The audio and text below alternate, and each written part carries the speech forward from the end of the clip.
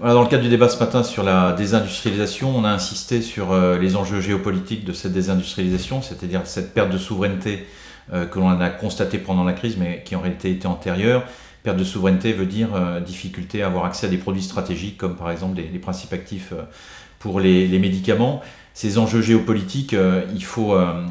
prendre du recul, il faut les diagnostiquer, il faut arriver à bien les expliquer aux étudiants. C'est une façon aussi de réhabiliter la filière industrielle en lui redonnant ses lettres de noblesse, c'est-à-dire cette capacité à innover dans les territoires, cette capacité à proposer des solutions à terme qui nous éviteront, dans le cadre de nouvelles crises, d'être dépendants de gouvernements, en tout cas de pays sur lesquels on n'a pas de contrôle. Ce qui est très intéressant à travers ces échanges entre un praticien, ou en tout cas industriel et enseignant, économiste ce matin, c'est que finalement on a une vision commune avec une approche sensiblement différente, en tout cas l'angle d'approche est différent, mais on a une vision commune et c'est une des rares fois, pas la première fois que j'échange avec des enseignants, que je sens cette communauté intellectuelle qui permet, et c'est le message essentiel,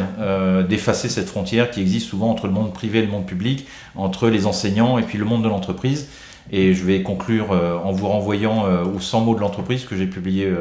aux Presses universitaires de France, qui est un que sais-je consacré justement à cette vision de l'entreprise, alimentée par une réflexion académique, mais également de pratique. Et je suis évidemment à votre disposition si vous souhaitez échanger avec vos élèves, ou si vous voulez même visiter des usines pour